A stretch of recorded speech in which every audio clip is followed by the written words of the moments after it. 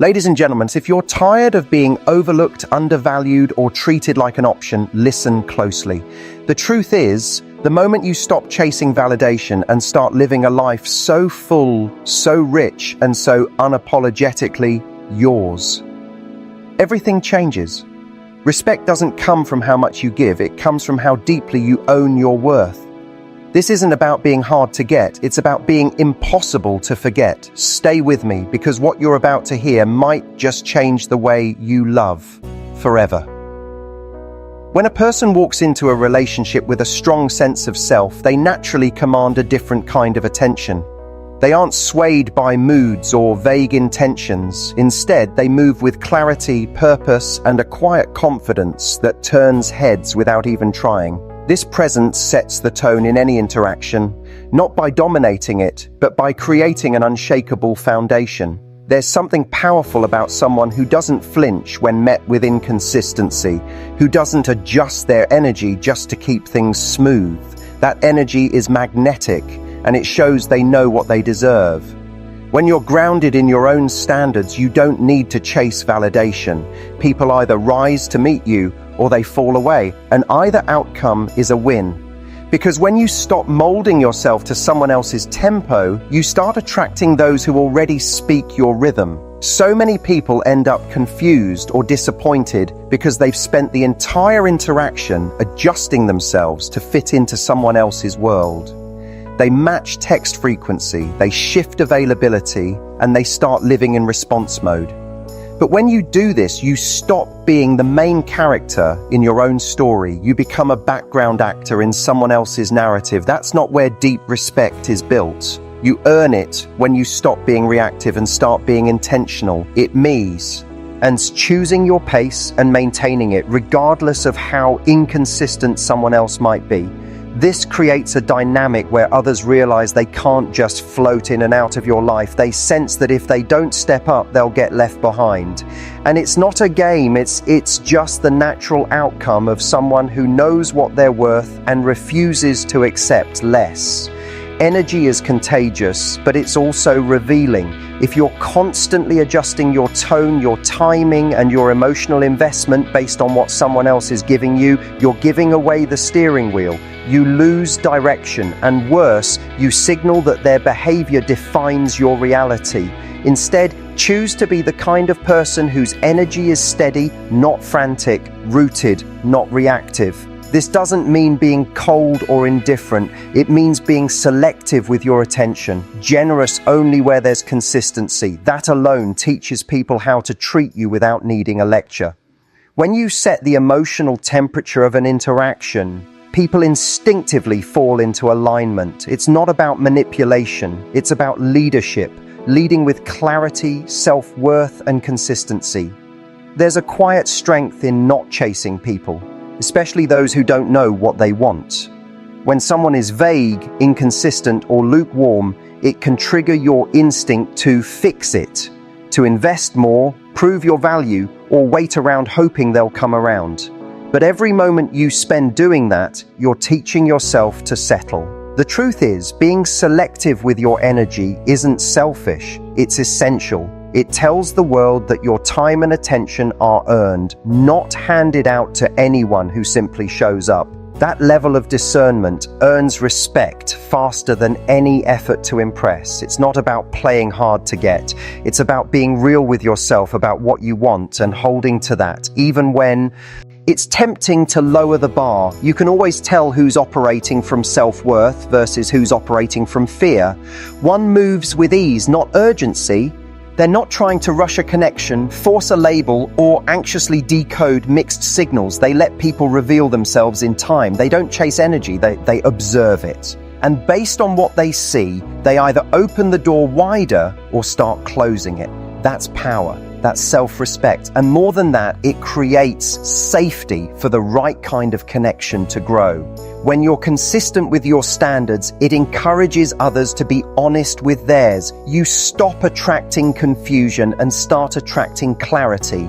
All because you chose not to waver in how you show up, no matter who's on the other end of the conversation.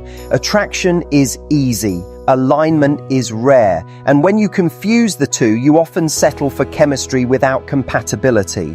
But when you hold your standard, you force alignment to step up. You no longer entertain people just because they feel exciting. You evaluate based on action, not potential.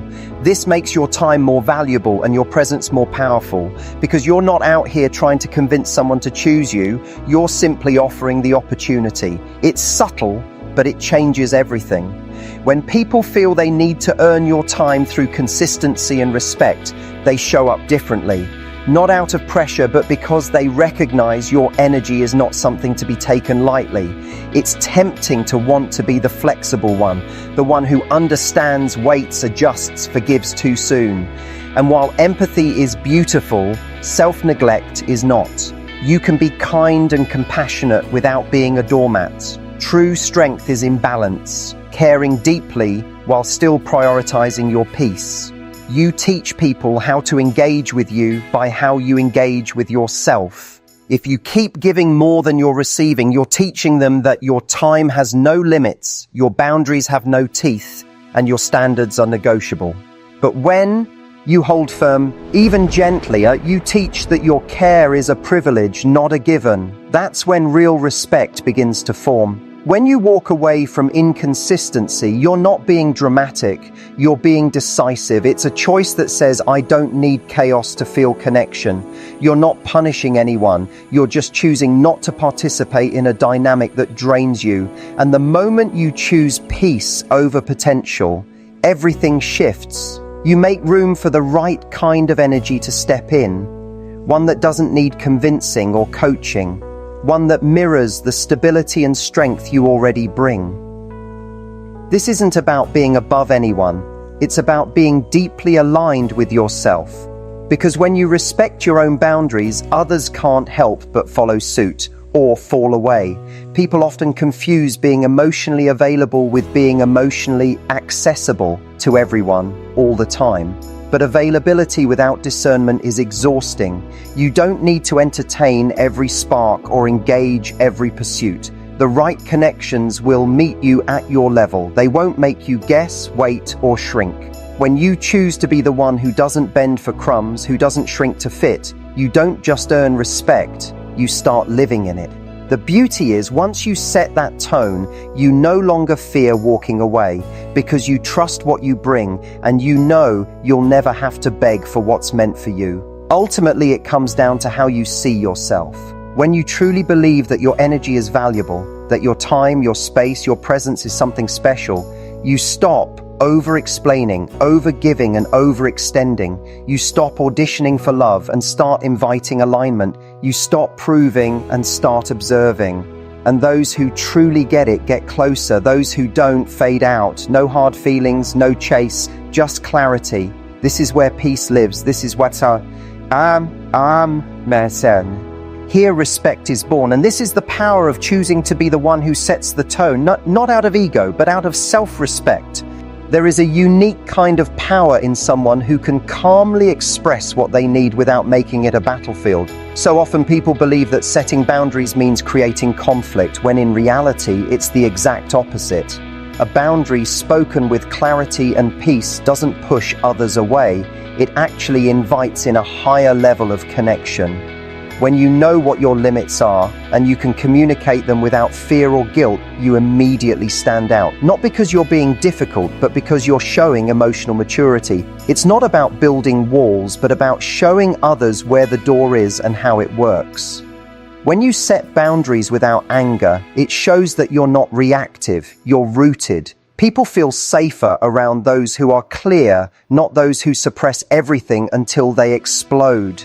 Emotional honesty, when delivered with grace, builds respect faster than any performance of perfection. Far too many people confuse silence for peace and avoidance for kindness. They tell themselves they're being easygoing by not speaking up, but deep down they're building quiet resentment. That resentment doesn't stay quiet forever. It leaks out in tone, in withdrawal, or in sudden outbursts that seem out of proportion. This is what happens when boundaries aren't clearly communicated. When you don't express what's okay and what's not, people assume everything is fine. Then when things hit a breaking point, the reaction seems to come out of nowhere. But it was always there, simmering beneath the surface. The healthiest relationships aren't the ones with zero conflict. They're the ones where people feel safe enough to speak honestly and be heard. Clear boundaries don't create distance, they create understanding, and with understanding comes a stronger connection. Learning to speak your truth without apologizing for it is one of the most powerful skills you can develop. It doesn't mean you need to be loud or dramatic, it simply means you value your voice enough to use it. It's the difference between saying, "I hate when you do that," and saying, "That doesn't work for me." One blames, the other takes ownership. When you communicate this way, you're not putting someone on the defensive. You're inviting them into a better way of relating. You're not trying to control their behavior. You're just being honest about your own limits. This allows the other person to respond thoughtfully instead of reactively. It creates space for solutions, not just arguments. And most importantly, it shows that you respect yourself enough not to pretend everything's okay when it isn't. One of the reasons people hesitate to set boundaries is the fear of losing someone. They think if I speak up, they'll leave, or if I draw a line, they won't like me. But here's the truth. If a connection can't survive healthy communication, it's not a safe space for you to be in. You should never have to compromise your peace to keep someone in your life. The right people won't be pushed away by your boundaries. They'll be drawn in by your self-awareness. They'll appreciate that they don't have to guess how to love you because you've made it clear. And those who take offense at your needs were never interested in meeting them in the first place. You don't need to be afraid of losing people who aren't willing to grow with you. The real loss is betraying yourself to keep them. When you communicate your boundaries early, you also protect your future self from unnecessary disappointment. You stop hoping people will magically just know what hurts you or what matters to you. You take the mystery out of the equation and create a space where expectations are mutual, not assumed. So many problems in relationships come from expectations that were never voiced. Disappointment follows, and then blame. But the truth is, no one can meet a standard they were never made aware of. Boundaries act like a map.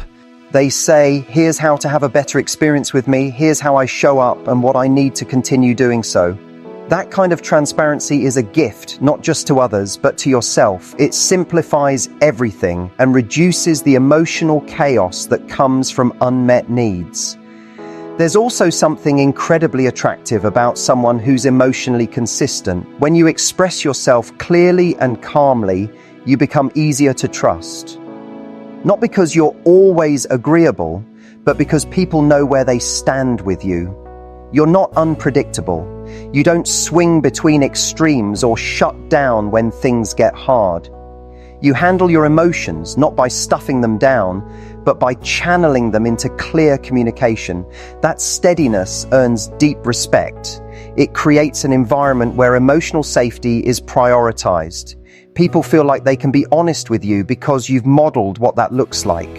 In a world full of mixed signals, someone who can say what they mean with kindness becomes a rare and valuable presence. There's a misconception that setting boundaries makes you too much, especially in romantic or personal dynamics. But the reality is, when you ask for what you need, you actually become less emotionally burdensome in the long run. Why?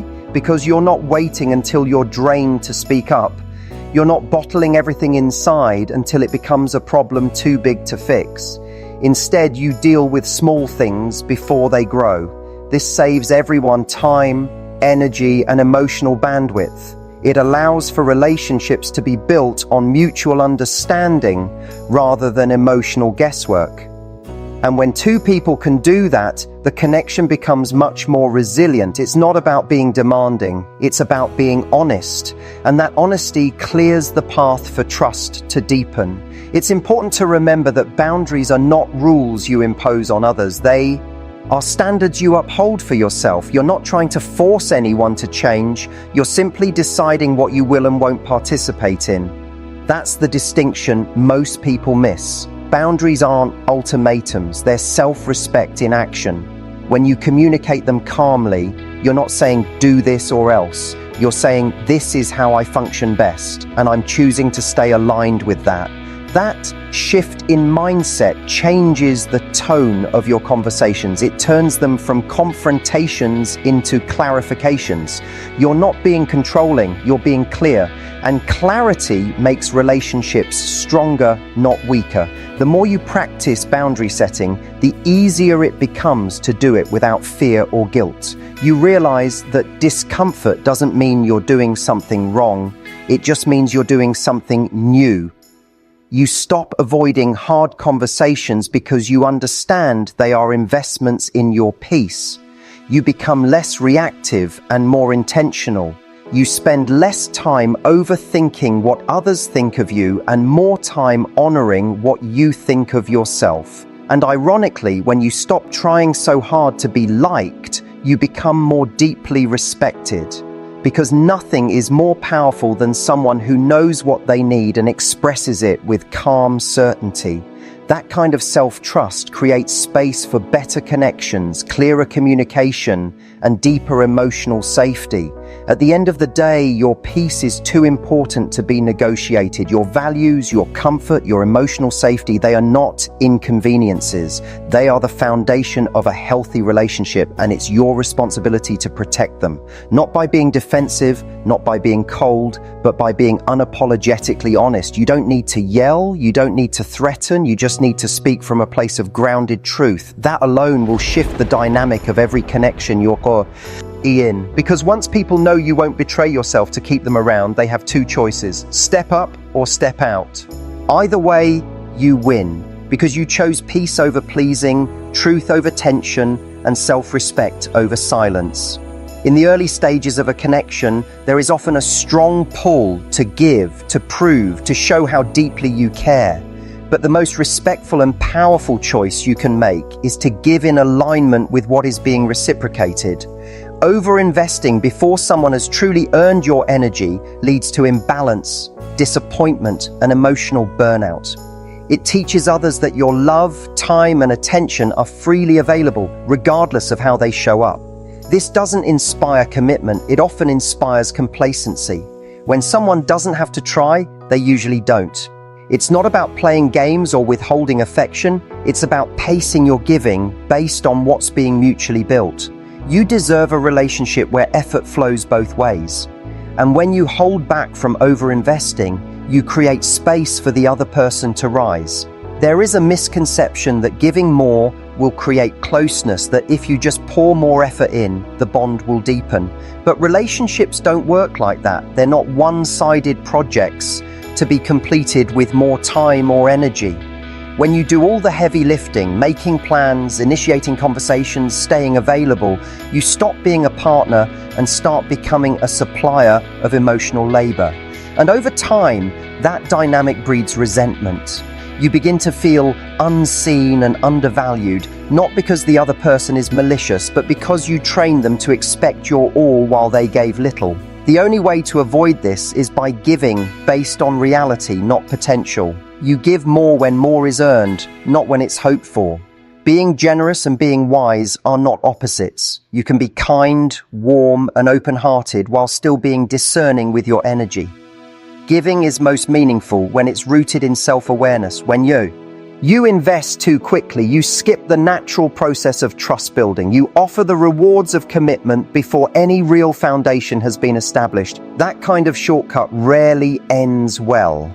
It creates an illusion of intimacy that hasn't been earned. Real connection takes time, consistency, and effort from both sides. When you give too much too soon, you rob the relationship of its ability to grow organically. You become attached to the idea of who someone could be, rather than seeing them for who they are right now. It's important to notice how someone shows up without your prompting. What do they give when you're not doing all the work? Are they curious about you? Do they initiate connection? Are they emotionally present? These are the real indicators of interest and respect. When you overinvest, you often drown out the answers to those questions. You end up building a story in your head based on your effort, not theirs. That creates a dangerous gap between fantasy and reality. The truth is, people reveal themselves clearly when given the space to do so.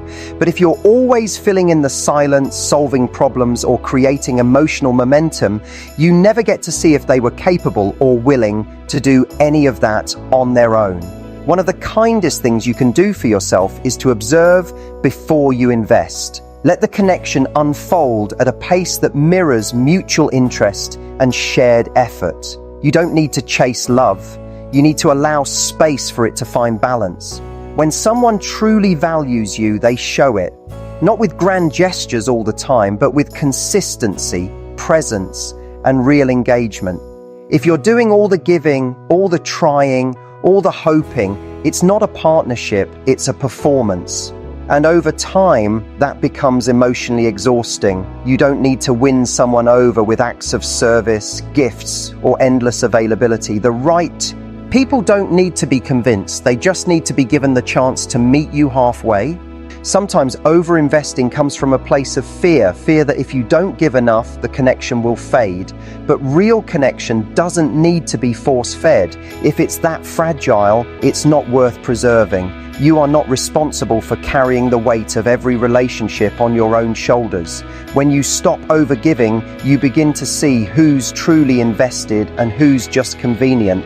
And while that realization can be uncomfortable, it's also liberating. It frees you from pouring into situations that don't pour back into you. That clarity is priceless. It teaches you to value your energy and to give it only where it can grow into something meaningful and mutual. A balanced relationship is built on reciprocity, not scorekeeping, but genuine mutual care. Both people should be giving, initiating, and showing interest, not because it's their duty, but because they want to. If you find yourself always being the one who reaches out, who compromises, who adjusts, it's time to step back and reassess. Are you building something real, or are you trying to make something work by sheer force? Relationships are not sustained by one person's effort. They thrive when both people are emotionally present and actively choosing to show up. If you stop giving for a moment and everything crumbles, that's a sign it was never balanced to begin with.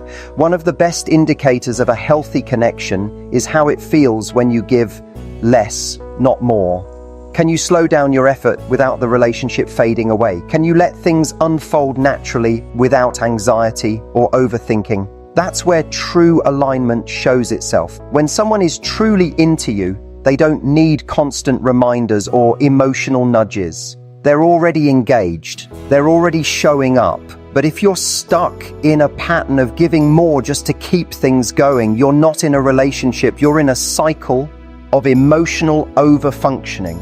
Stepping back doesn't mean withdrawing love. It means allowing space for someone else to show theirs. There is strength in restraint, not withholding from a place of fear, but giving from a place of intention.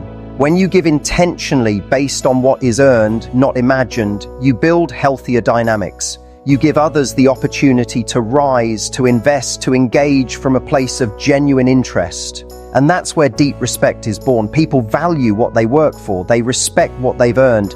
If you give everything up front, there's nothing left to discover. But when you pace your energy, you create curiosity, investment, and deeper emotional grounding. Not because you're playing hard to get, but because you're grounded in your worth. Choosing not to overinvest is an act of emotional self-care. It's not about keeping score or waiting to match effort tit for tat. It's about staying attuned to your own emotional well-being and refusing to abandon yourself in the pursuit of love. You are not here to prove your value through constant effort. You are here to connect, to build, and to grow mutually, not single-handedly. The right connection won't drain you. It will meet you, nourish you, and evolve with you. When you hold your energy sacred, the people who are meant to be in your life will rise to meet it. Not because they have to, but because they want to. And that's the kind of love that lasts. There's a quiet power in someone who isn't waiting to be chosen to start living. A life that's already full, vibrant, and fulfilling doesn't just attract admiration, it creates genuine respect. When you're not looking for someone to complete you, but instead sharing your already whole self, you instantly shift the dynamic. You become someone people are drawn to, not because you need them, but because being around you enhances their world. T. The energy of self-contentment is magnetic. It tells others you're not seeking validation. You've already validated yourself. Your passion